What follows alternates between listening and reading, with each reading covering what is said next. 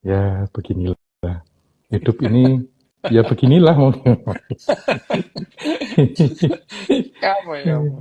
Eh, Itu saya baru nonton tadi yang yang mana? kecanduan kecanduan adalah senjata makhluk hidup. Oh iya, memang.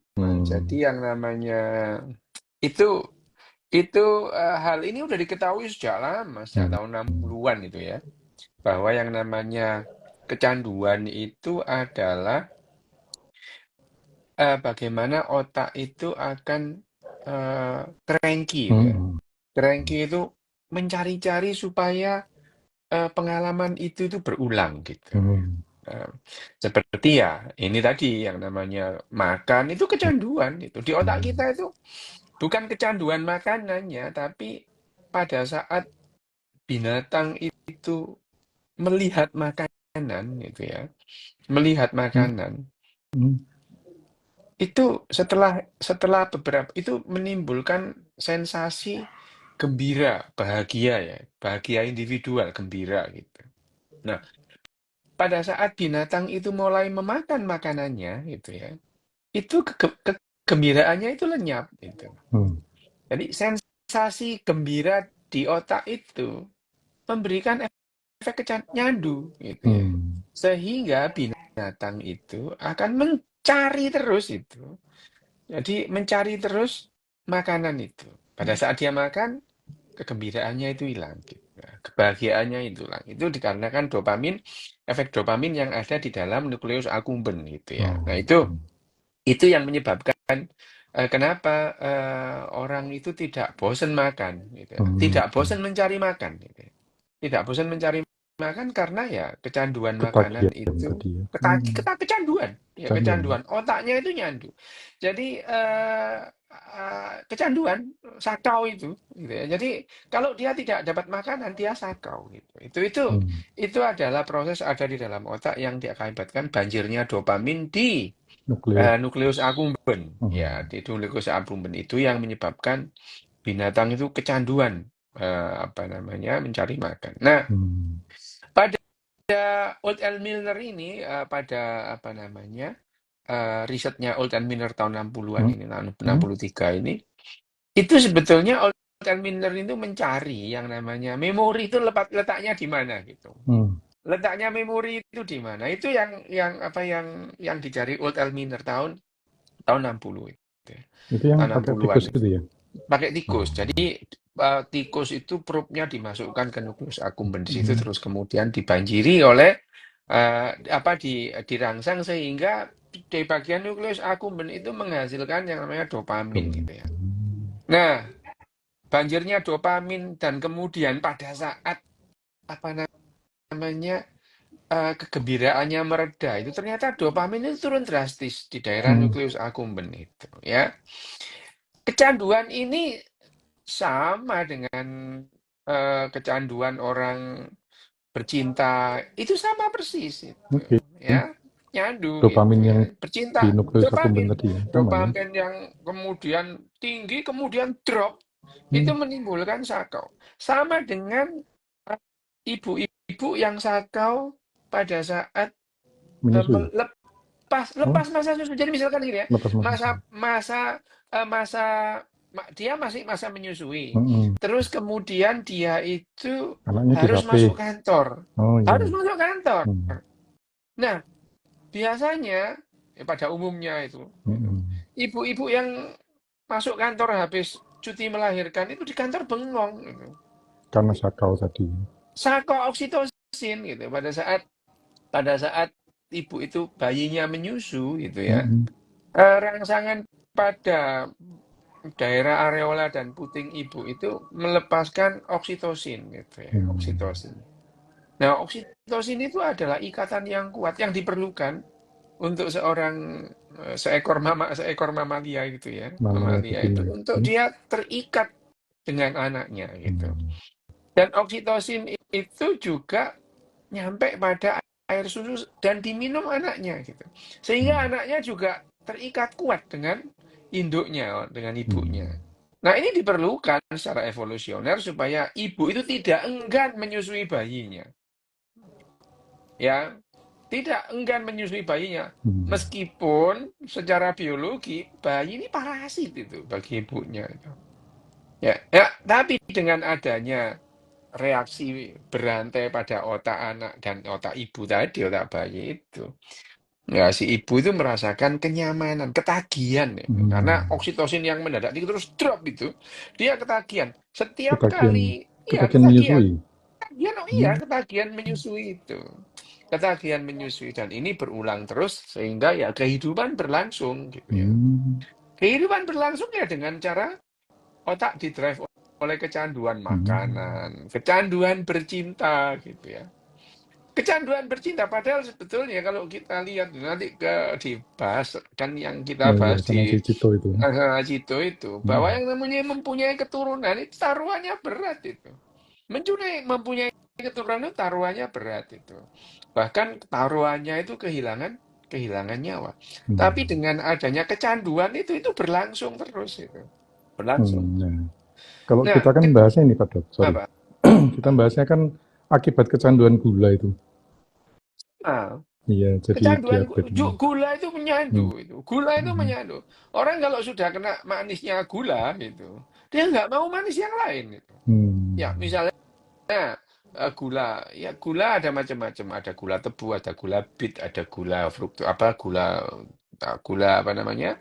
Gula Gula jagung, fruktosa itu. jagung itu ya Hmm. macam-macam. Tapi orang kalau sudah kena gula nggak bisa pindah Hmm. ke lain. Dan setiap kali dia pada saat dia harus kemasukan gula, cranky dia itu, Hmm. sakau gitu ya. Itu ya, kecanduan, sakau gitu ya. Apa namanya? Sakau itu kan istilah apa namanya? Istilah istilah slang ya, istilah prokem Hmm. gitu. Pro- Ya, Anak sekarang istilah nggak tahu program ya. ya, prokem. Istilah kedokterannya adalah withdrawal Withdrawal. Oh. effect ya, withdrawal effect Hmm. atau sindroma putus obat itu ya. Hmm. Nah, ini yang terjadi pada hampir semua kegiatan manusia yang berlangsung sejak zaman dulu sampai sekarang gitu ya. Entah itu makan, entah itu seks, entah itu tidur itu. Orang kalau sudah waktunya tidur nggak tidur, dia sakau juga gitu. Cranky gitu, meskipun nggak capek itu. Ini, nah kecanduan hal-hal yang produktif ini yang membuat kita manusia tetap bisa bertahan gitu Hmm. ya, produktif. Sementara kecanduan-kecanduan bahan-bahan obat yang belakangan itu sangat mempengaruhi kesehatan manusia dalam jangka pendek, menengah, atau jangka panjang. Nah, kira-kira gitu itu tentang kecanduan itu ya. Jadi kecanduan ya sama, apapun itu punya potensi untuk mencandu kalau itu menimbulkan kegembiraan. Hmm. Ya, apapun lah itu ya. Tindakan semedi lah itu candu, coba sampean itu Hmm. pernah nggak sampean itu latihan semedi terus kemudian setiap saat itu kepingin semedi lagi itu. Ya, semedi gitu ya. Itu. Hmm. Kalau mau belajar apa namanya ilmu tenaga dalam itu sebetulnya itu kecanduan juga itu. Hmm. Ada hal-hal yang dilakukan memberikan kegembiraan atau sensasi yang berbeda gitu. Itu akan memberikan efek Efek kecanduan. Tapi kecanduan. ya itu efek kecanduan semedi kan ya paling orang semedi gitu ya. Tapi kalau efek Hmm. kecanduan terus kecanduan apa sabu-sabu gitu. Wah, itu dampaknya serius gitu ya. Hmm. Ya, itu seperti tentara-tentara Jerman. Tentara-tentara Jerman itu Perang Dunia Kedua itu mereka mengkonsumsi pervitin namanya. Itu adalah sabu-sabu, metamfetamin. Hmm. Dan Metamfetamin. itu yang ya metamfetamin. Itu yang membuat orang-orang sekutu, orang Amerika gitu. Orang-orang Amerika, tentara-tentara Amerika terobsesi dengan bahwa tentara tentara apa namanya? Tentara Nazi ini sakti Hmm. gitu ya. Uberman gitu ya. Ubermensch itu. Nah, ya itu sebetulnya adalah apa namanya? Kelanjutan dari obsesi Hitler Hmm. terhadap Ubermensch itu ya. Sehingga apa namanya? Zaman segitu itu genetika belum seperti sekarang ya. Ya baru saja, Pak. Ya memang baru tahun 35 yang namanya Watson and Crick itu menemukan DNA gitu. Nah, waktu itu asumsinya adalah mereka itu melalui apa namanya eksperimen-eksperimen itu ingin membuat manusia super gitu ya. Manusia yang nggak perlu makan gitu ya, yang nggak perlu tidur gitu ya, yang otaknya cemerlang gitu. Nah, mereka itu mikirnya kalau orang pinter dikawinkan dengan orang pinter, anaknya pasti pinter lah. Ya, itu namanya apa namanya eugenik ya. Eugenik gitu ya. Eugenik itu adalah pemahaman bahwa yang namanya genetika apa perilaku apa sifat-sifat manusia itu bisa dilakukan atau direkayasa dengan rebreeding gitu ya. Dikawinkan, yang pinter dikawinkan pinter gitu itu.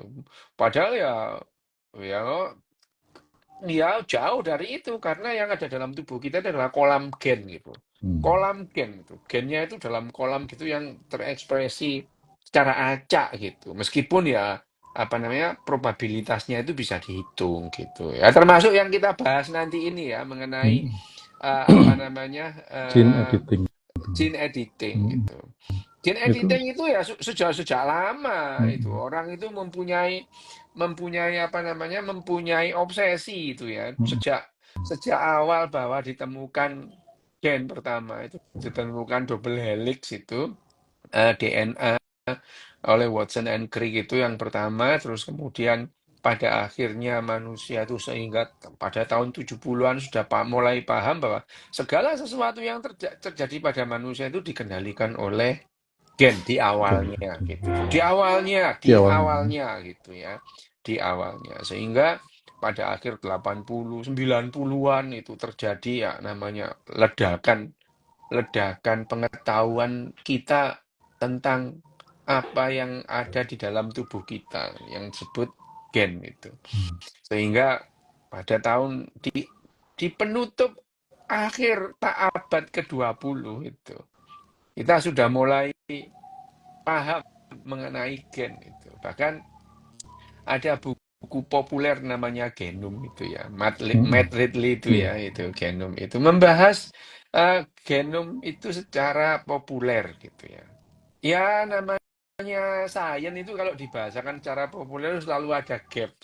ada gap gitu. Nah, selalu ada gap. Sama dengan yang disampaikan oleh apa namanya Matt Radley. Matt itu. Yang disampaikan oleh Matt ini luar biasa sih, gitu ya. Oh ini bukunya Matt ini memang luar biasa. Ya, bukunya Matt itu sebenarnya tahun 90, tahun 98. Itu eh, itu dia menjelaskan apa yang namanya genom itu ya. Genom itu adalah seperangkat aturan atau seperangkat dokumen gitu ya. Seperangkat dokumen yang ada dalam Perangkat. tubuh kita. Dokumen gitu ya. Hmm. Dokumen itu berisi segala macam gitu ya. Berisi tentang sejarah ya, tentang juklak dan juknis apa yang terjadi dalam tubuh kita gitu. Nah, di situ Di dalam itu berarti ada buku petunjuk gitu ya? oh iya, itu memang buku petunjuk gitu ya. Buku petunjuk. Buku petunjuk ada yang namanya petunjuk pelaksanaan dan petunjuk teknis gitu ya. Hmm. Itu ada petunjuk pelaksanaan dan petunjuk teknis itu bagaimana manusia itu bekerja dan pada saat itu juga orang sudah terobsesi. Berarti kalau kemudian sifat-sifat kita itu ditentukan oleh kode-kode genetik, kalau kode-kode genetiknya itu kita ubah, sifat-sifat kita juga berubah gitu. Hmm. Ya gitu. Itu ide dasarnya yang namanya apa namanya gen. Nah, ini sebelum jauh mengenai apa namanya editing gen pada diabetes gitu. Di bukunya Matt itu juga disebutkan bahwa pada bab berikut setelah bab-bab awal dia menceritakan tentang bahwa penyakit itu bisa dibawa secara genetik segala macam itu ya itu. Hmm. Itu pada satu bab dia menjelaskan tidak ada gen penyebab penyakit. Ini benar Hmm. gitu. Gen penyakit itu tidak ada. Jadi gen diabetes itu nggak ada gitu. Gen pembawa penyakit itu nggak ada itu. Tidak ada. Yang ada adalah gen yang seharusnya menjaga tubuh kita tetap bugar, gen ini bermutasi gitu. Bermutasi. Ya, gitu. Jadi bisa dijelaskan gitu ya. Jadi di awal itu ada yang namanya gen pembawa apa namanya penyakit, gen pembawa kanker gitu. Tapi dikoreksi gitu ya. Dikoreksi pada pertengahan buku itu bahwa tidak ada gen pembawa penyakit, itu tidak ada ya. Sesungguhnya tidak ada gen pembawa penyakit itu. Yang ada adalah gen yang seharusnya menjaga kita tetap bugar gitu ya. Gen ini bermutasi gitu. Nah, mutasinya karena apa? Karena banyak hal gitu. Ada yang bermutasi sejak sejak konsepsi itu ya. Konsepsi itu bertemunya sel Sperma dengan telur telur. sperma dengan sel telur itu ya. Pada saat itu terjadi mutasi atau setelah pembelahan sel berikutnya. Karena apa? Ya karena macam-macam. Bisa karena radiasi, ya, bisa karena radiasi sinar X, bisa karena radiasi sinar ultraviolet, sinar gamma, ya itu terus kemudian bisa karena makanan, gitu, yang membuat apa gen kita itu bermutasi. Nah, di bukunya Matt itu dijelaskan. Kenapa? Bagaimana menjelaskannya? Matt menjelaskannya lebih gamblang gitu ya, bahwa lebih lebih populer. Meskipun dia juga tidak menggunakan perumpamaan gitu. Misalnya, em, Matt Little ini menjelaskan bahwa yang namanya genom itu adalah seperangkat dokumen gitu ya. Dokumen pada manusia, dokumen manusia itu terdiri dari sebuah buku ya. Dokumen manusia itu berupa sebuah buku gitu ya. Buku ini terdiri dari 23 chapter, 23 bab gitu ya. 23 bab yang disebut kromosom. Gitu. Jadi kromosom itu bab itu. Kenapa Matt mengatakan demikian? Karena kromosom 1 dan kromosom 2 itu semua sendiri-sendiri, terikat sendiri-sendiri gitu. Kayak kedelai diunteli gitu ya gitu. Kromosom. Kromosom nomor 1 sampai kromosom nomor 23. Matt juga menjelaskan bahwa kromosom nomor 1 dan 2 itu penamaan itu dikarenakan besarnya kromosom. Maka kromosom yang paling besar itu disebut nomor 1, yang lebih kecil nomor 2, lebih kecil lagi nomor 3, lebih kecil nomor 5. Itu pemberian nomor itu dikarenakan perbedaan ukuran. Gitu. Yang Nah, kromosom satu tadi yang isinya sejarah ya sejarah dari itu tentang awal sel ya, spesies itu ya. spesies. Spesies itu. Jadi di kromosom nomor 1 itu tentang spesies kita. Spesies kita itu kenapa seperti ini Sekarang ini. gitu ya, seperti ini. Spesies. Nah, kromosom nomor 2 itu tentang sejarah gitu ya. Tuh. Sejarah. Jadi sampean itu kita itu 280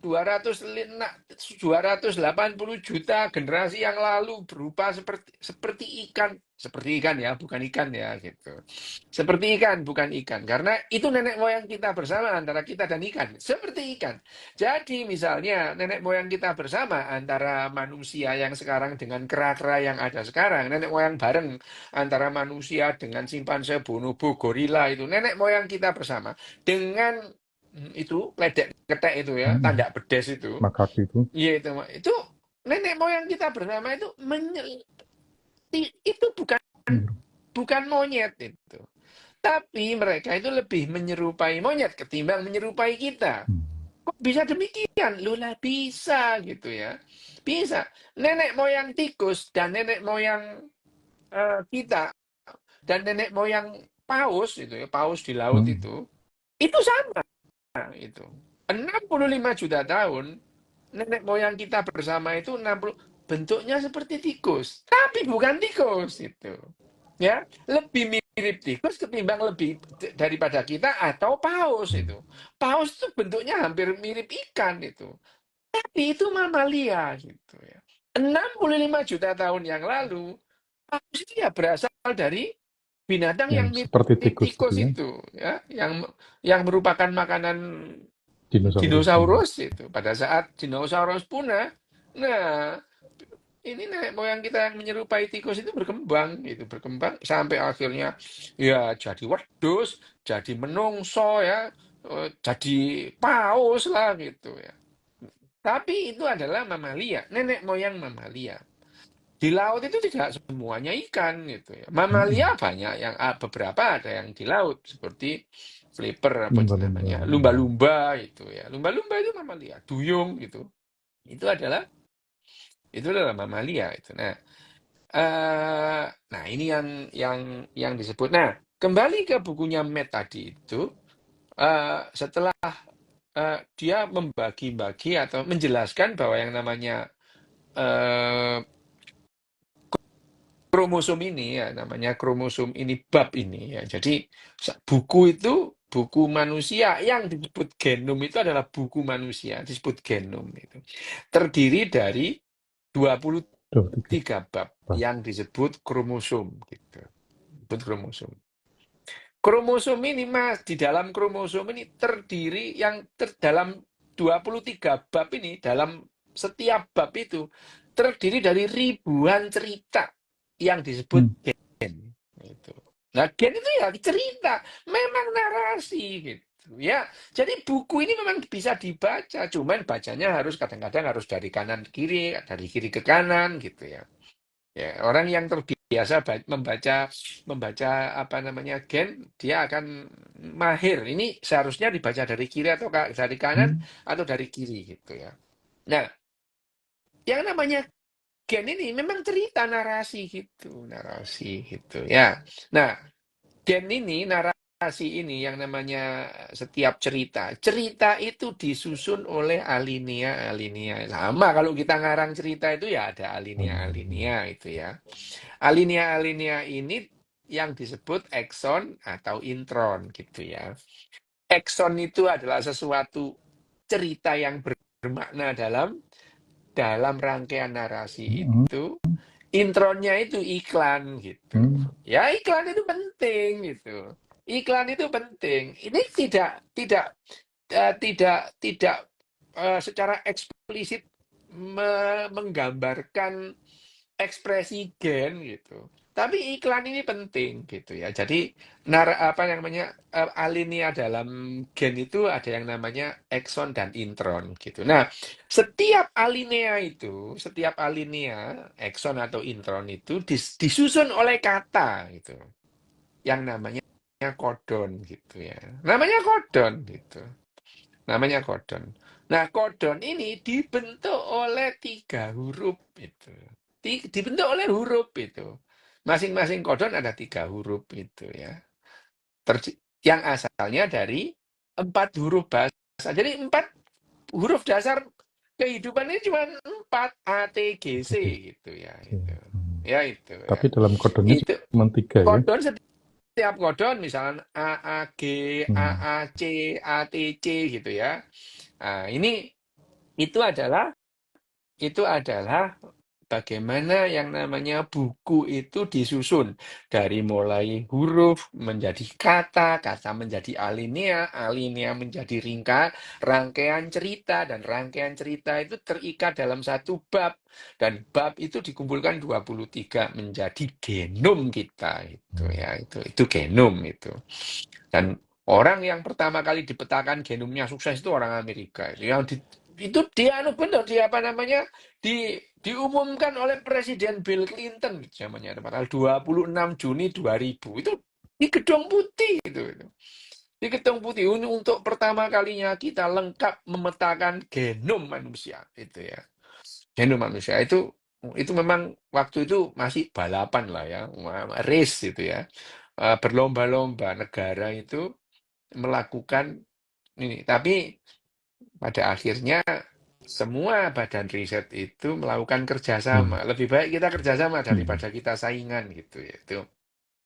Sehingga lembaga-lembaga genom itu akhirnya bekerja sama. Nah, itu adalah cerita tentang bagaimana akhirnya manusia itu mengetahui gitu ya, memahami genom gitu ya. Nah, setelah paham dengan yang tadi gitu ya, setelah paham dengan rangkaian tadi itu, manusia terobsesi lagi nih. Loh, berarti kalau ini ya alinea ini susunannya diganti, itu kan Hmm. berarti ceritanya jadi lain gitu ya. Ini Jadi ceritanya jadi beneran kayak lain itu. jadi beneran kayak buku cerita Loh ya gitu ya. Memang Hmm, iya itu. Bukan kayak loh, emang iya, buku. Jadi genom itu bukan seperti buku. emang Memang buku. buku gitu ya. Memang buku gitu Oke. ya. Jadi itu bukan perumpamaan gitu ya. Bukan perumpamaan bahwa yang namanya genom itu buku, bukan perumpamaan. Ya, bukan perumpamaan. Jadi itu adalah beneran itu. Beneran yang namanya itu buku. Jadi Matt pun juga mengatakan ini bukan anu loh ya, bukan perumpamaan loh ya. Memang ini beneran Hmm, gitu. Ini memang buku gitu ya. Itu. Nah, setelah kita bisa memetakan semua genom gitu ya, ada 25.000 gitu ya. Gen dalam jadi ada 25.000. Masing-masing gen, masing-masing cerita itu mengekspresikan sifat gitu. hmm, Meskipun dalam 25.000 gen yang ada dalam kolam gen kita itu ya tidak semuanya terekspresi gitu. Misalnya alel ya, alel itu gen yang berhubungan tentang rambut. Ada yang rambutnya keriting, ada yang rambutnya lurus itu. Orang yang rambutnya lurus bukan berarti dia tidak membawa sifat-sifat atau gen rambut keriting. Bukan hmm. demikian gitu ya. Dalam kolam gen yang muncul itu adalah yang rambut lurus gitu. Oke, itu yang namanya. Nah, tapi bagaimanapun juga manusia sudah mulai paham ini kalau gen ini disusun ulang gitu ya. Cerita ini disusun ulang, tentu manusia ini jadi beda gitu. Ya gitu. Manusia waktu itu juga terobsesi untuk ya dari dulu sih manusia terobsesi untuk hidup Abadi. abadi gitu, abadi. Ini kalau gen ini kita susun ulang, gimana caranya manusia itu bisa nggak perlu mati Hmm. gitu ya. Nah, itu adalah sebuah atau banyak hal obsesi manusia tentang kehidupan ini. Nah, obsesi manusia itu tentu ada satu dua hal yang bermanfaat untuk dunia kedokteran gitu ya. Termasuk yang namanya pengobatan berbagai macam penyakit gitu ya. Karena belakangan kan diketahui bahwa banyak penyakit yang variabel utamanya adalah genetik gitu. Hmm, Genetik. Meskipun tidak ada yang namanya gen pembawa penyakit. hmm, Tetapi kalau dia terlahir atau dalam perjalanannya gen yang harusnya menjaga dia tetap bugar terus gen ini bermutasi, masih tadi. lah jadinya kan dia Hmm, sakit gitu. hmm, Nah, kalau yang namanya oke. gen ini diedit lagi Hmm, seperti yang seharusnya dalam tanda kutip meskipun seharusnya itu nggak ada gitu ya. Ya gitu. Kalau itu nggak ada gitu. Jadi orang itu nggak perlu sakit kalau gen yang mengekspresikan kesakitan itu diedit gitu. Nah, pada perjalanannya itu kembali nih ke itu apa Mas? Dodolan apa itu? oh, Tudurit-tudurit itu. oh, itu Dodolan apa itu? roti roti roti zaman kuno tuh loh. Ya itu yang kemudian jadi ide dasarnya. Nah, sekarang kalau misalnya kembali ke yang namanya diabetes mellitus itu. Akhirnya kan banyak itu ya, banyak banyak banyak banyak pengetahuan belakangan bahwa yang namanya diabetes ini juga ada faktor-faktor genetik yang berpengaruh Hmm, ya. Misalnya gitu ya.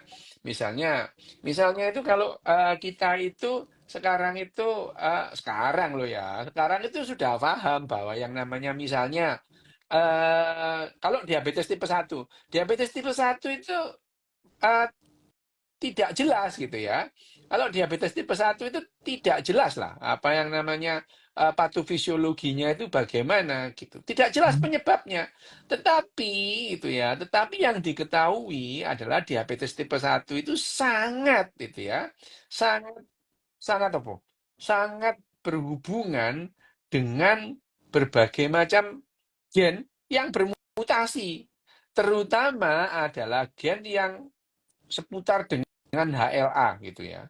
hmm, Nah, varian HLA pada diabetes tipe 1 itu banyak. Ada HLA DQA1, HLA DQB1 ya, DRB1. Tapi semua itu adalah rangkaian dari HLA human gitu ya, manusia itu HLA. Nah, apakah ini apakah ini adalah penyebab satu-satunya secara genetik? yang menentukan dia itu terekspresi? Ya tentu tidak gitu ya. Tentu tidak, hanya saja gen-gen penjaga ini yang seharusnya menjaga misalnya. Gen-gen ini apa namanya fungsinya beda-beda. Ada yang menjaga supaya respon respon insulin terhadap glukagon atau respon insulin terhadap banyaknya glukosa atau bahkan reseptor insulin itu sendiri jumlahnya di dalam darah itu di dalam serum itu masing-masing dipertahankan oleh fungsi dari gen-gen tadi Hmm. itu gitu. Jadi tidak tunggal meskipun genetik ya tidak tunggal gitu ya. Tidak tunggal. Ada juga yang menyebabkan tadi yang disebutkan bahwa reseptor insulin apa namanya reseptor insulin di dalam serum dan darah itu dia bisa menurun gitu ya. Bisa jumlahnya itu menurun Mm-mm. kalau misalnya eh, lemak darah seseorang itu mengalami kenaikan drastis gitu ya. Hmm. Orang gendut itu ya. Mm-mm. Orang gendut itu terus kemudian reseptor insulinnya turun gitu. Nah, ini juga disebabkan tidak hanya oleh satu gen gitu. Meskipun sudah ditemukan gen-gen kunci ya, Mm-mm. gen-gen utama yang mempengaruhi mekanisme ini. Nah, kalau misalnya itu ya, misalnya gen ini terus kemudian eh, direparasi lagi gitu ya. Seperti gen yang tidak bermutasi. Mm-mm. Seharusnya nggak ada lagi itu ya, diabetes tipe 1 itu. Mm-mm. Itu adalah pemikiran dasar. Nah, di bedanya dengan dengan diabetes tipe 2 apa gitu. Nah, kalau kita apa namanya? Membicarakan perbedaan genetik antara diabetes tipe 1 dan tipe 2 misalnya itu ya. Itu ada yang disebut arsitektur genetik resiko penyakit diabetes tipe 2 ini Mm-mm. salah satunya itu adalah mutasi gitu ya. Mutasi pada faktor nuklir ya, nuklir memang ya. Mm-mm. Inti hepatosit 1A atau yang disebut gen HNF1A gitu ya. Hmm. Ya. Beda Dan dengan yang gen tipe satu tadi ya. ya, dan gen glukokinase atau CGK Hmm. ya itu yang paling umum gitu. Nah sekarang apakah kalau kemudian apakah kalau kemudian HNF1A yang bermutasi tadi terus kemudian Diedit. diedit seperti yang seharusnya apakah lantas serta-merta diabetesnya hilang? Loh itu yang jadi isu gitu loh ya. Mm-mm. Jadi bahwa yang namanya genom itu memang petunjuk pelaksanaan dan petunjuk teknis ya. Juklam dan juknis bahwa itu bahkan itu blueprint dari kerja sel kita yang akhirnya menghasilkan kerja jaringan gitu. Ya. Apakah dengan demikian itu kalau itu dikoreksi akan potensinya akan hilang demikian saja potensi diabetes?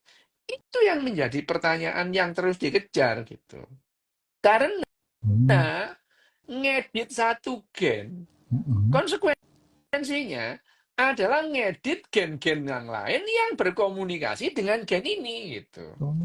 Ya, kalau gen misalnya ini aja apanya gen HNF1A tadi itu ya, Mm-mm. HNF1A tadi itu bermutasi kan.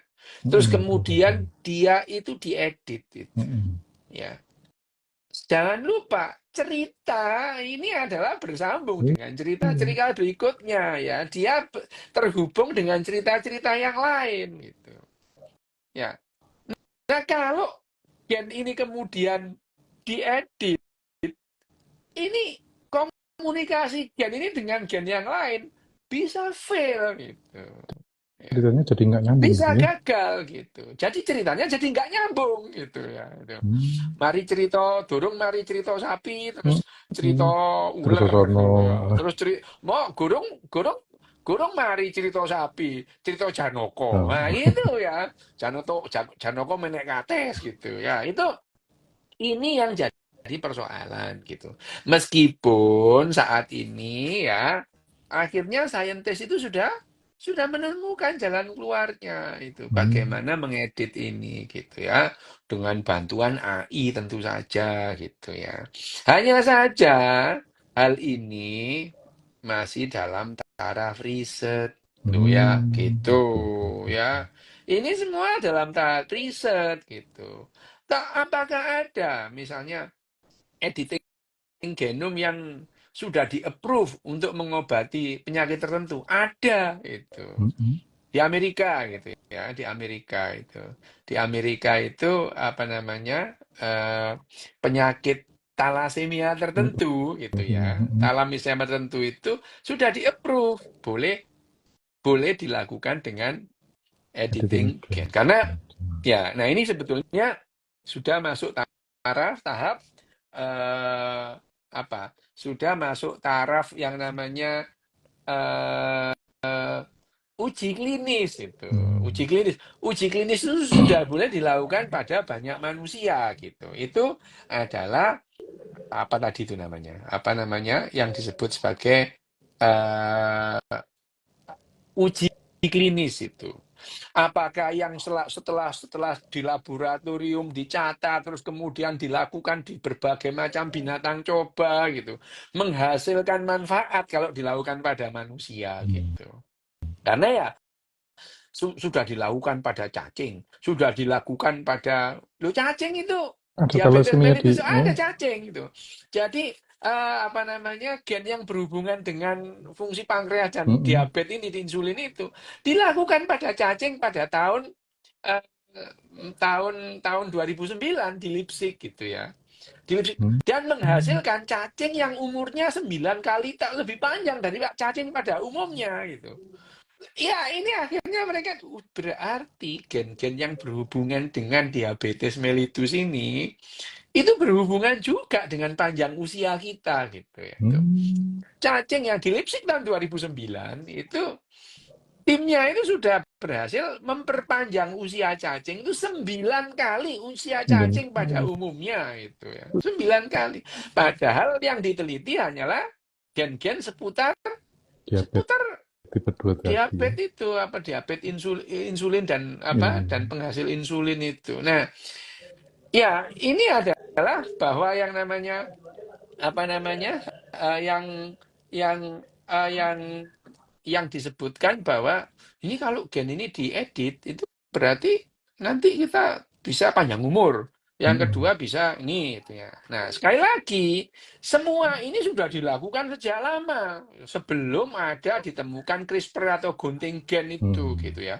Tahun 2000-an awal, 2002, 2003 sampai 2006 ya saintis-saintis di laboratorium melakukan yang namanya editing gen, misalnya gen tadi ya ada bagian eh, ada bagian DNA yang perlu dikoreksi gitu ya. Nah, dikoreksi itu ditentukan yang mana yang dikoreksi. Nah, Hmm. kemudian saintis-saintis itu membuat gen yang sudah dikoreksi gitu apa rangkaian DNA yang dikoreksi. Nah, ini memasukkan ke dalam itu bagaimana? Waktu tahun 2000-an awal itu menggunakan jasa virus Hmm. itu, virus RNA. Jadi gen-gen yang sudah dikoreksi ini ditumpangkan di virus, virusnya disuntikkan masuk ke dalam sel karena hanya virus yang bisa masuk dalam sel Hmm. gitu.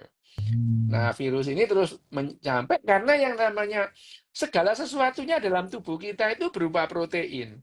Hmm. Ya namanya yang namanya instruksi itu juga protein, jawaban dari instruksi itu juga protein Protein. gitu ya. Terus kemudian hasil dari instruksi, hasil dari kerja itu juga berupa protein ya. Yang diterjemahkan jadi semua itu berupa protein gitu ya. Nah, protein yang diharapkan masuk ke dalam DNA yang dikoreksi itu ditumpangkan ke virus gitu ya. Nempel gitu ya. Dan dia akan menggantikan gitu ya, menggantikan DNA DNA DNA aslinya. yang diharapkan akan terganti gitu. Itu sudah diketahui sejak tahun 2000-an awal gitu ya. Itu sejak tahun 2000-an awal. Nah, setelah itu ketemulah CRISPR gitu ya, gunting gen. Wah, malah makin jadi penelitian tentang yang namanya apa namanya tentang apa editing gen tuh makin makin maju pesat gitu, dengan ketemunya CRISPR itu ya. Tetapi sekali lagi yang namanya pengobatan itu harus terbukti dulu, baru bisa disebut sebagai terapi Hmm. gitu ya. Ya Harus misalkan lolos lo uji medis tadi ya. ya setelah dilakukan di laboratorium, kemudian dilakukan di binatang Hmm. coba gitu.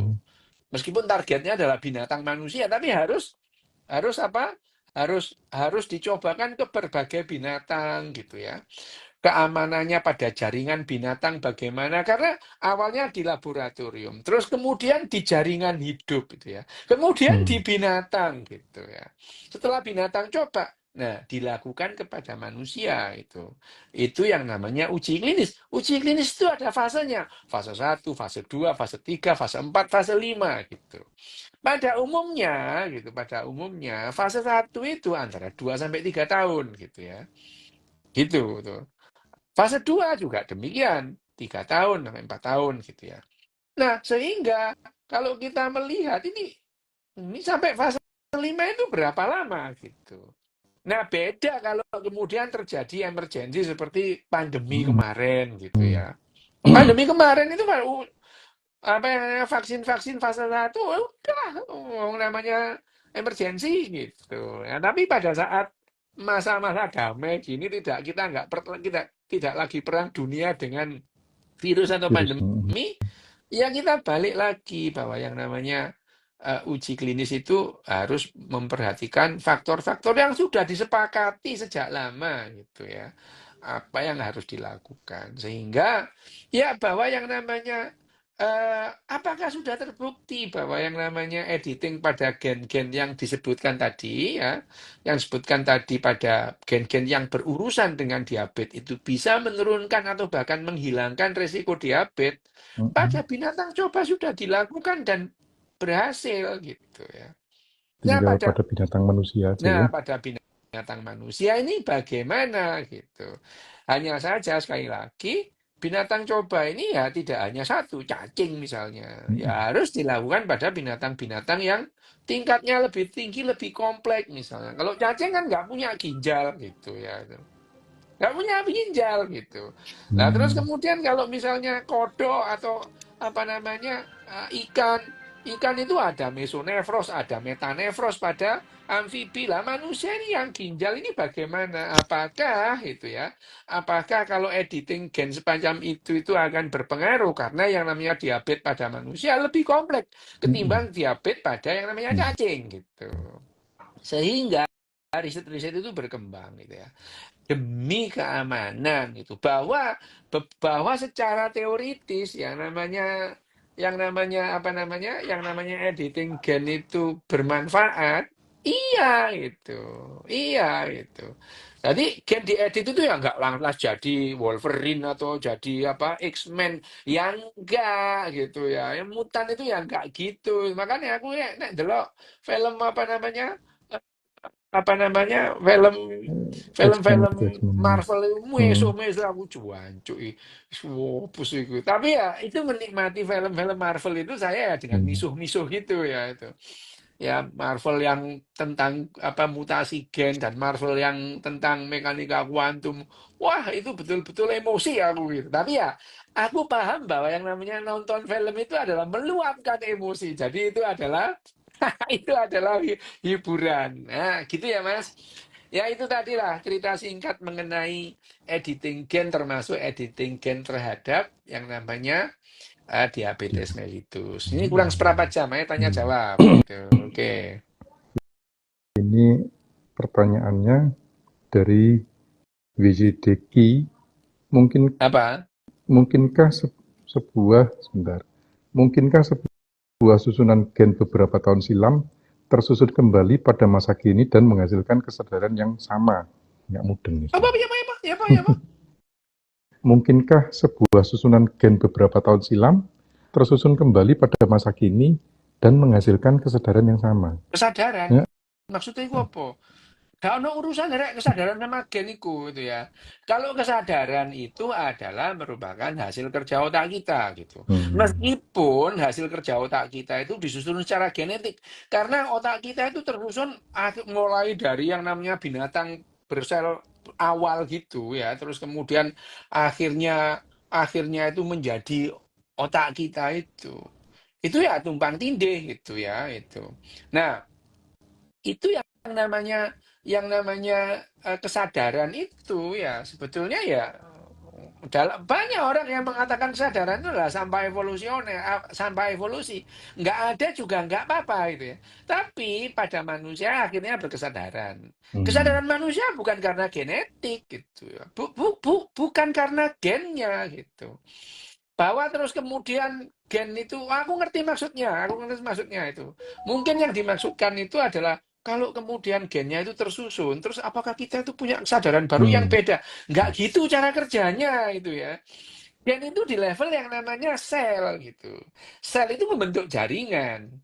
Jaringan itu membentuk yang namanya Oke. organ. Kalau gen kita itu diedit itu ya gen itu diedit, gen di ginjal dan di otak ya teredit semua gitu. Jadi dalam tubuh kita itu yang nggak mungkin dalam tubuh kita itu terus kemudian ada berbagai macam gen yang berbeda. Misalkan gen di otak kita, gen kromosom nomor satu berbeda dengan gen kromosom nomor satu yang ada di liver. Lah ya itu ya nggak gitu cara Itu mainnya gitu ya. Itu Frankenstein itu, Dok. iya, itu ya. Nggak gitu cara mainnya. Nah, yang namanya tadi susunan gen itu terus kemudian kesan barang baru itu kamu kebanyakan nonton film itu ya. Film itu juengkeling. Contoh ya, itu film apa ya? Oblivion gitu. Oh, Oblivion. Tahu ya Vivian. Oblivion ya. Hmm. Yang Tom Cruise itu ya. Tom Cruise. Yang Tom Cruise Oblivion, bagaimana mungkin dia itu ingat Mana mungkin dia ingat memori yang dijalani oleh orang yang dijadikan itu Subjek klon dia deadnya. gitu. Klon gitu. Belum. Jadi mendadak dia itu ingat pada saat dia itu tukar cincin gitu Hmm. ya. Tukar cincinnya, tukar cincinnya itu di Menara Liberty gitu ya. Ini, wah ini aku nonton film Oblivion, asu gitu ya. Itu iya, nggak gitu caranya gitu ya. Misalkan aku diklon gitu ya, dikloning gitu. Cloningan itu juga tidak mengalami apa yang kualami. Jadi dia tidak punya memoriku itu. Tidak punya. Dia tidak bisa menghafal Quran gitu ya. Enggak, dia harus belajar, harus latihan baca Quran supaya hafal gitu. Lah mbok kira ya, kalau aku diklon terus kemudian kloninganku terus otomatis hafal Al-Quran ya Hmm. enggak gitu ya. Terus langsung bisa matematika, fisika ya tidak, dia harus belajar gitu ya. Itu gitu ya. Jadi ini jangan makanya ojo delok film akeh-akeh gitu ya itu. Mungkin kecanduan film Ya, mungkin itu deh. ya itu makanya itu ya. Nggak gitu cara Hmm. mainnya ya. Atau ini pertanyaan kedua dari Not Your Boy Galih. Dokter, mungkinkah di kemudian hari virus herpes bisa benar-benar hilang dari saraf manusia? Gini, yang namanya virus itu, gini, satu-satunya virus yang bisa dieliminir oleh manusia adalah virus variola, gitu ya. Hmm. Ya itu betul-betul sudah diusir. Jadi satu-satunya virus yang berhasil diusir manusia sampai habis itu adalah variola. Paling. Ya. Nah, sementara herpes zoster itu virusnya itu sama dengan virus cacar air, gitu. Hmm. Sama persis itu ya. Varicella zoster, makanya namanya itu adalah varicella zoster, gitu ya. Ya, varicella, orang yang satu kali sakit varicella, cacar air, dia tidak akan pernah sakit cacar air lagi gitu. Yang masih memungkinkan dia sakit herpes itu. Dia bisa berulang-ulang gitu karena kumannya itu bersembunyi di susunan saraf gitu ya. Susunan saraf. Jadi herpes itu melepuh itu melingkar separuh badan atau separuh wajah gitu karena tidak pernah bilateral, selalu selalu lateral itu, unilateral. Nah, kalau pertanyaannya, apakah suatu saat nanti itu virus-virus semacam ini mungkin dihilangkan? Loh ya mungkin saja gitu. Mungkin itu. Mungkin itu karena secara hitung-hitungan orang bisa melenyapkan virus itu. Masalahnya adalah bagaimana itu. Bagaimana kita bisa melenyapkan virus tanpa membahayakan tempatnya virus, siapa Hmm. kita. Itu ya. Karena tubuh kita ini adalah kerjasama berbagai macam organisme gitu. Satu sel manusia ditemani oleh 20 bakteri gitu. Hmm. Yang mempertahankan kita tetap hidup itu. Ya. Kalau bakteri ini diambil semua, mati Ya. juga kita gitu. Demikian juga dengan banyak virus. Ada Hmm. virus-virus yang menjadikan flora normal atau kehidupan yang memang harus ada di situ gitu ya. Itu namanya flora normal. Bakteri ya di mulut kita tuh banyak bakteri. Tahu Hmm. mulut kita itu bakterinya dibersihkan semua ya sakit kita gitu ya. Dalam usus kita itu ada bakteri-bakteri yang membantu kita dalam hal pencernaan, membantu membentuk vitamin K misalnya, atau apa seperti Escherichia coli itu ya. Escherichia coli itu flora normal yang membantu metabolisme kita. Tapi kalau Escherichia coli itu jumlahnya banyak, nah ini menjadi Mengganggu. patogen, kita bisa mencret gitu Hmm. ya. Nah, ini juga yang ada oleh virus kita itu. Nah, kalau kita itu mau membasmi virus, pertanyaannya, apakah pembasmian itu aman untuk Inang. inangnya, untuk Hmm. manusia? Itu yang menjadi problem gitu. Hmm. Jadi pertanyaannya, apakah herpes zoster itu atau apa varicella zoster itu bisa dienyahkan nantinya?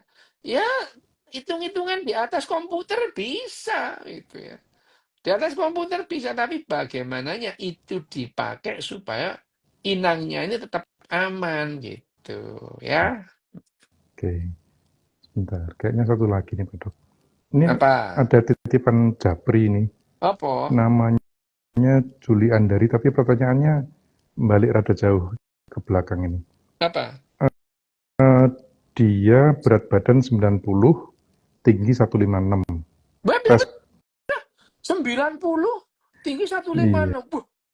Terus? iya, itu tes gula darah saat puasa 88, Mm-mm, setelah makan 114. mm-mm. Apakah bisa dikatakan terkena non-insulin dependent diabetes mellitus? Jadi gini, kalau pertanyaan seperti itu, sekarang datang ke dokter penyakit dalam supaya Hmm, tahu jawabannya betul, gitu ya. setuju, Ya, Dok. tidak Hmm. bisa pertanyaan begitu itu disimpulkan. Dokter itu tanya panjang kali lebar sama dengan luas gitu ya. Setelah ditanya, diperiksa labnya itu banyak. Jadi database yang cuman berat badan sama tinggi itu tidak bisa disimpulkan apapun di situ. Ya, gitu. Hmm. Dok, ini satu lagi terakhir, Dok. Jadi nggak jadi terakhir.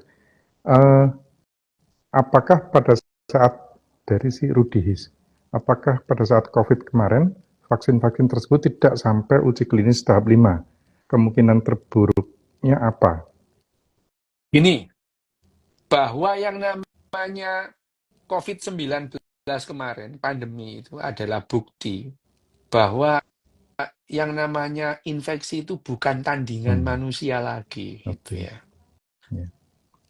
Pandemi yang terakhir 100 tahun yang lalu, flu Spanyol itu, Hmm, Spanish flu itu. Spanish flu itu membunuh sepertiga penduduk iya. bumi gitu, ya. Sepertiga penduduk bumi gitu. Nah, COVID-19, apalagi apa namanya pandemi-pandemi yang lalu. Black Death di Hmm, Eropa itu Eropa ini. membunuh 2/3 penduduk Eropa mati gitu ya itu.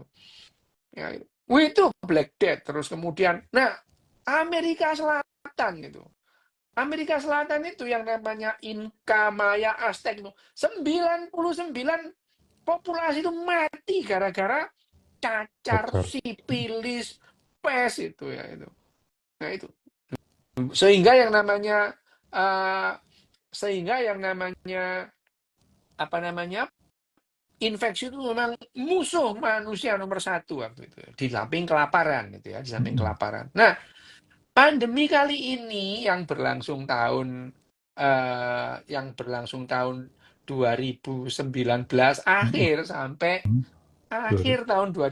2022 gitu ya. Hanya waktu 3 tahun nggak sampai itu. Itu merupakan prestasi manusia gitu. Yang mati itu, yang meninggal, nggak sampai 0,1%. Mm-mm. Nggak sampai 0,1% dari 8 miliar penduduk dunia. Nggak sampai 0. Bayangin aja 100 tahun yang lalu, sepertiga penduduk dunia. Ya, 30%. Yang sekarang itu adalah 0,1% gitu. Salah satunya adalah faktor vaksin itu. Gitu. Bahwa vaksin ini tidak melalui uji klinis fase 5. Iya, tapi karena ini darurat. Gitu. Bayangin aja kalau manusia itu harus mati, misalkan nggak usah lah yang namanya 0,1%, nggak 30%. Bayangin kalau 10% aja penduduk dunia mati, berapa? 800 juta orang Mm-mm. mati itu, ya itu. Nah, Nguburnya di mana juga susah nah itu. itu ya itu. Bahkan itu akan menimbulkan gejolak kematian berikutnya. Karena apa? Karena infeksi susulan. Karena orang mati yang sedemikian banyak itu mengelolanya ya susah gitu ya. Mm-mm. Nah, bahwa yang namanya uji klinis fase sampai tidak dilakukan, memang kemudian dilakukan. Memang ada resiko, iya itu. Tapi resiko itu akhirnya kita ketahui sekarang gitu ya. Kita ketahui sekarang, tetapi jangan dilupakan bahwa itu adalah fase Mm. fase yang namanya emergency Emergency. itu ya. Jadi ya bukan keputusan mudah itu ya. Pada saat itu bukan keputusan mudah bagi petinggi-petinggi WHO misalnya, atau petugas-petugas kesehatan, atau para saintis, atau para dokter klinis menentukan atau memutuskan menggunakan itu, gitu ya. Tapi bagaimanapun juga pandemi kali ini itu adalah merupakan prestasi manusia menghadapi infeksi. Mm. Sekarang sudah terbukti infeksi bukan musuh kita lagi, gitu Betul. ya. Itu, ya. Nah, sudah jamnya, sudah Ya, mesti ganti kamar, Padot ya. yes, ganti kamar iki ya. Matur nuwun. Nanti Oke, kita kapan-kapan ngobrolin hal-hal selain boleh, diabetes lagi. Oke. boleh. Ya, Matur oke. nuwun sangat. Ya, Selamat malam teman-teman semua. yuk, oke.